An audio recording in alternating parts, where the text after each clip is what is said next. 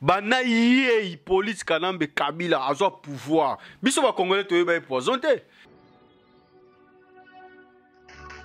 bana poto balingi te kongola banga kanyama mais balingi kongola banga ne loi mobeko mobeko ke ok pena bo effet rouge télé beti yo pena telemi o eza anene ya suka a préparer yena ba ndeko ne ba valise na ba mikie ba yaka nango ba préparer ndenge ni ba pakata mbango ça et si expliquer clairement que et l'oro balinganga te bango ba remettre na kata poto parce que bango ba kumisa Kabila c'est ça que nous voulons et ça m'a mis pour la cabossé mal informé information au talaraté et le roté batou coup de baba soutena Kabila liboso balembi bango senga ba pardon mais yo lelo yo cabossé o lati polo ya PPRD pour leur soutenir le régime comme la souka. C'est vraiment malheureux. Donc ne zappez pas sur Bomoko Yamboka digital. Donc si tu es quand Europe na minute soyo, eza Bomoko Yamboka. Donc biso nyonso to la dango quoi. Kitoko to. Bomoko Yamboka, welcome to London. Hi, can't wait to meet you. Bomoko Yamboka, I love it, it's good. Welcome to London. Yay!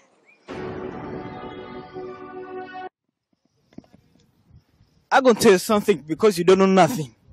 Bomoko Yamboka is the only best site in the whole world for the Congolese community. If you don't like it, go home.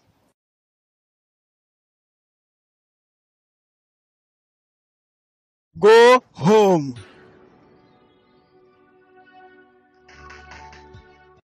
Nazo pambola Bomoko Yamboka mingi namoni penza etalisi pena eza Bomoko Yamboka ezwi mboka efandisi mboka ekonzi mboka epesi mboka oyo lolenge ya kozala na mboka yaona biso Bomoko Yamboka oyo po digital to banda na ekala na senga na bandeko balanda Bomoko Yamboka nkolo pambola bango One Love www.bomokoyamboka.com eza web no shikina katala yo bolingaka mingi na pesi mbote na patron Bomoko Yamboka digital momo akangi pena Stockholm bato baloba mingi basuki na kina mona parti momo musale monani ya parti boulot pena monani naza ko saluer ba stagiaire na biso nyonso ya Bomoko Yamboka o ba esika balobi Bomoko Yamboka ekangi pena Kisasa ekangi London ekangi Angleterre Pasteur Joshua Rémy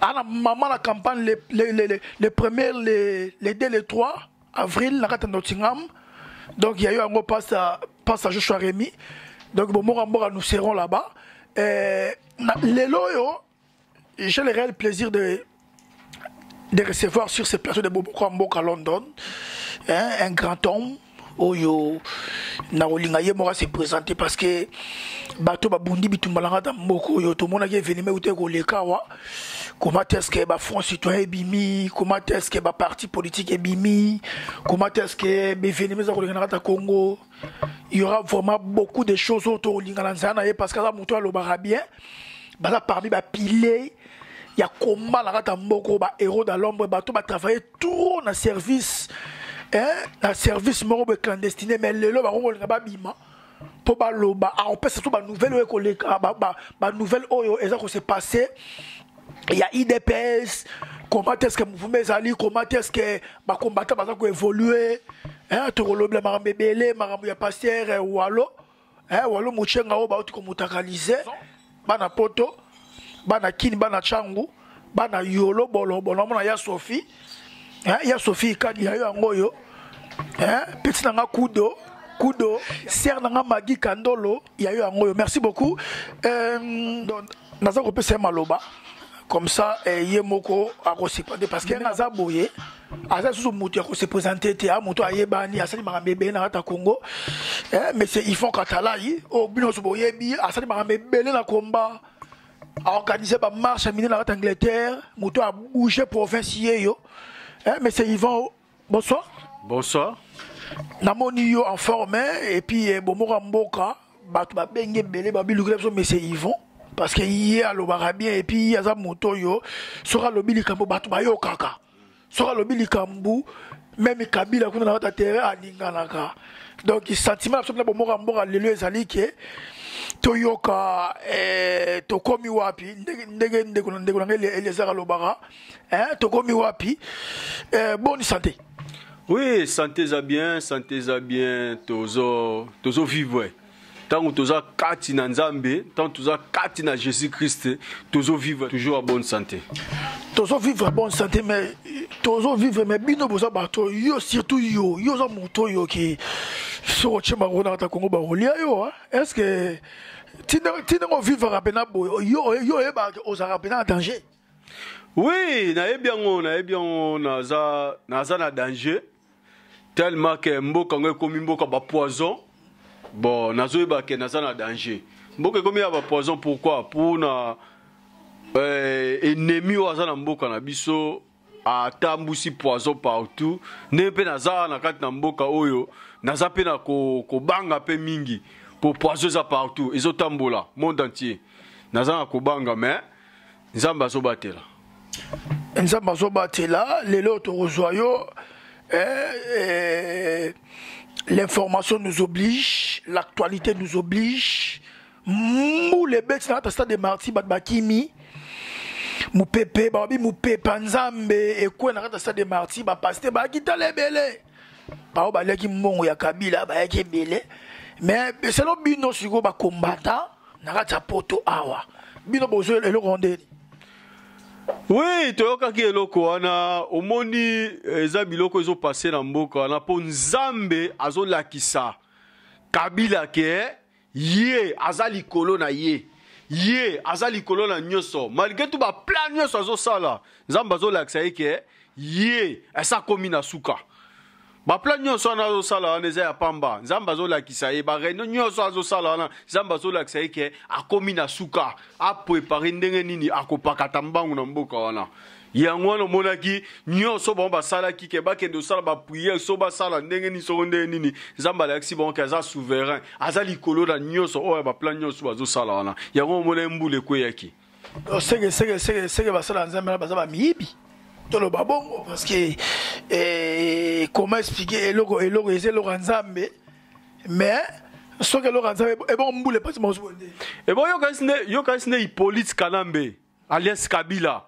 yo kalisi ende azana akopera kana basana Nzambe solo to akopera bazambe basana Nzambe ba evoluka mbongo po baloba ike na Biblia loba ke moko na suka boko mona beskuo na ba ventrier ya ba pasteur yango no so mona mokolo na suka ba pasteur ba ekoluka mbongo na kombo ya Jésus Christ bangona nde ba na sima ya Hippolyte Kanambe alias Kabila bangona o bazo soutenir ye jusqu'à présent yango no mona ke Nzamba la kisi ba ke ye azali kolo na nyoso azali souverain yo so lingo sala ke skokerino na kombo na Jésus Christ na kombo na Nzambe akola kisaya ako confondre yo na o nyoso zo sala na kombo na ye c'est ça yango bo mona mbula ne betaki mbula ne betaki makasi bana poto papa il faut to rotika na no pena na sigiona parce que na yoka ki yo oza ko suneli kamba poison awa na kati ya image wana ya stade de marche de moni Wivin Moleka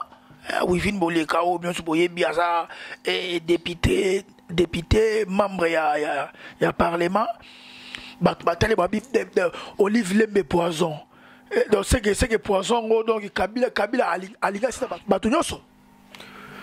Oui, au moni likaba poison net na kata Congo eza lisusu likambo tokoko eza lokola eloko mo ya sikate na kati ya Congo bana ye Hippolyte Kanambe Kabila azwa pouvoir biso ba congolais toyeba poison te yene mutu ayena poison na mboka Congo yene mdaye na poison na mboka Congo malika ma poison tozo kamola on lisusu te po yene ngazana soki olobi kaka mo contre ye ba ke poison zo ndaza ba moyen nyoso ya salaka po aye ba kochela au poison na mbetu akochela au poison na kiti akochela au poison na miko akochela au poison partout sengeli ke poison ekota na nzoto ekota ata na mbote ata na biloko kolia partout. Biso Congolais toyeba, biso Congolais toyeba poison te. Yende Hippolyte Kanambe alias Kabila, yende mutamema poison na kati na mboka Congo. Soki poison kotiye, aliaki mbongo na ye. Yango na zo futa,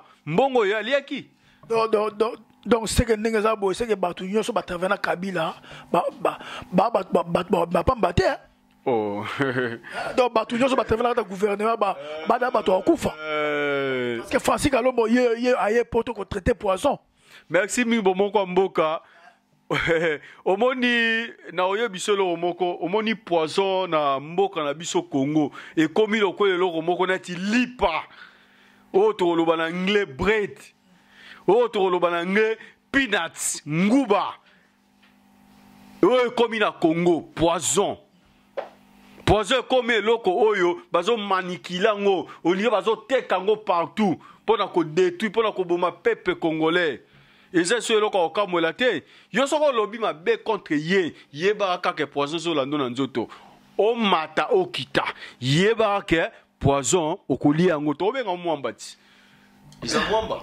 Donc moi système amigolo moi bomoka mboka ndeka tolobaki en tout cas na moi motema pasi papa le moloto mes condoléances pena vient na ndongo kena papa le moloto prophète oh ba empoisonné 7 fois pourquoi moto lobi ke non ndenge za boye pelisa moto Congo est la sauver ba empoisonné 7 fois vraiment c'est malheureux na mboko yo masola poison et problème il y a général Kanyama. Bino bozo la ondeni parce que général Kanyama la minute on nga boye il est déjà narati à état ya suspension batu babi Kabila roboma général Kanyama sécurité ya nani ya général Kanyama est commis en danger na éviter ce que bino teke ba combattant bino ce que vous pensez nini bon biso na mboyo eza mamla bango eza politique ya ba ko boma na nde bango mibale. Kanyama beti bla Kabila coup d'état makambesili te waneza ba jeune bango ba osala waneza ba jeune bango bazo sala ba yebani eloko nini oyo bango bazo préparer ba sala eza ba jeune bango ye Kanyama asilisa peuple congolais ye wana ye Kanyama asilisa peuple congolais pour nini pour Kabila pour soutenir Kabila comme les peuples congolais pour les étrangers comme les combattants bazo italibanda mboko ba yoko na kata mboko na ye Kanyama buma lelo alinga baluka la Kabila eza ba jeune ba osala na batikela biso ba ye baka ye Kanyama ne soki Kanyama soko esprit de mort ye esprit de yoka comment mu esprit de mort ye Kanyama wana na ye Hippolyte Kanamba let Kabila ba préparer bisaka na bango ya sala azoye ba déjà que azoye ba to comment de na suka ke événement ezo koma na suka alinga sa netike asa neta benda na mpanza Kabila potangu tozo cha Kabila poa ye tolo bakete ya zamona malamu abenda na Kabila non toyebi ba jewana nyos tu esto timela ba jewana akosa biso te amo biso to bala mike to bala mike to yebi pa yebi que nombre de personnes ya boma osambisa akosambisa ma pe akokufa alingi suko abenana po aveugle biso sito timbela kiye asa ne recte ayeba ke ndenge Hippolyte Kanamba les Kabila zo kende ndenge bisaka na ba valise na bomba yaki nango bayeba ndinga opakata mbango nyonso na osala neza pamba akosalelo mo te bomba bayeba kanga biloko na bango ba chapane ba okende c'est tout ba chapa ba kende ba okende bomora mboka tomi bina presque la fin ba osazo si na régie kuna mais tolobara toujours omoni biso tolingara tolobara eloko bana poto balingi te Kongola banga Kanyama mais balingi Kongola banga nde loi mobeko mobeko ke ok pena bo effet rouge télé beti yo peno telemi ke bo banga mutu c'est ce que nous voulons bana poto sai et si expliquer clairement que eloko yo balingaka te bango ba remettre na kata poto parce que bango bakumisa Kabila c'est ce que nous voulons et ça m'a mis pour la Kabosé Kabosé mal informé information au talaraté et le roté batu oyo kutu babasutela Kabila liboso balembi bakobosenga ba pardon mais yo lelo oyo Kabosé olati polo ya PPRD pour leur soutenir régime comme la souka c'est vraiment malheureux bon moi on presque la fin papa Yvon est-ce que moi dernier mot est Ali à souka bon dernier mot na ngana oluba na soko adresser na ba peuple congolais o nyonso baza na mboka Congo tozokende na bapaster tozokende na bamusicien tozokende na badocteur tozokende na bajournaliste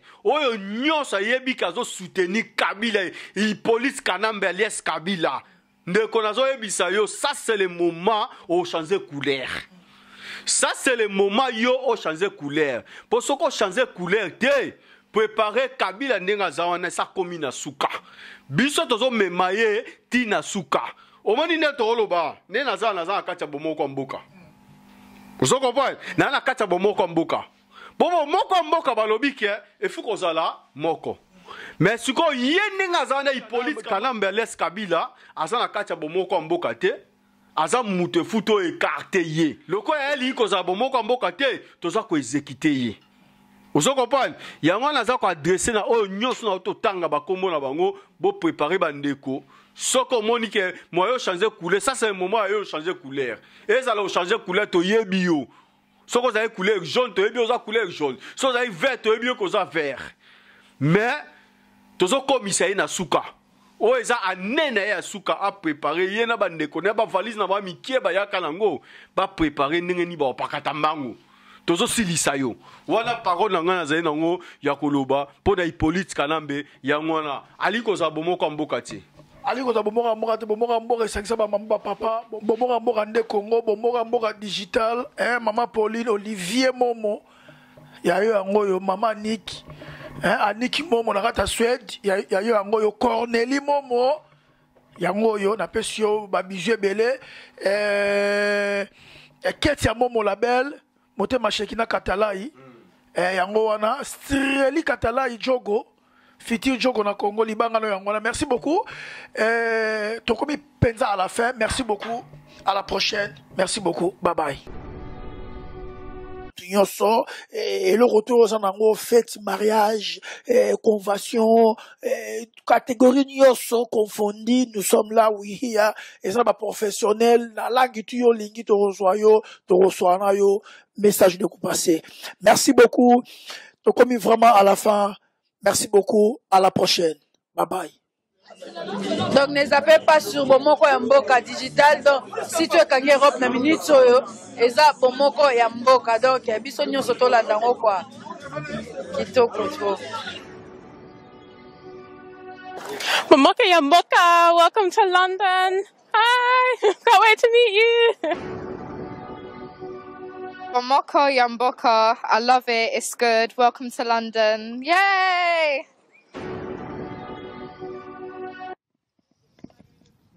I'm going to tell you something because you don't know nothing. Bomoko ya Mboka is the only best site in the whole world for the Congolese community. If you don't like it, go home.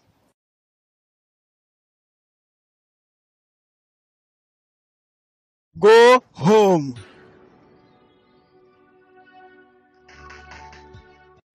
Nazo pambola bomoko ya mboka mingi namoni penza etalisi pena eza bomoko ya mboka ezwi mboka efandisi mboka ekonzi mboka epesi mboka oyo lolenge ya kozala na mboka yaona biso bomoko ya mboka oyo po digital to bandana ekala na senga na bandeko balanda bomoko ya mboka nkolo pambola bango One love.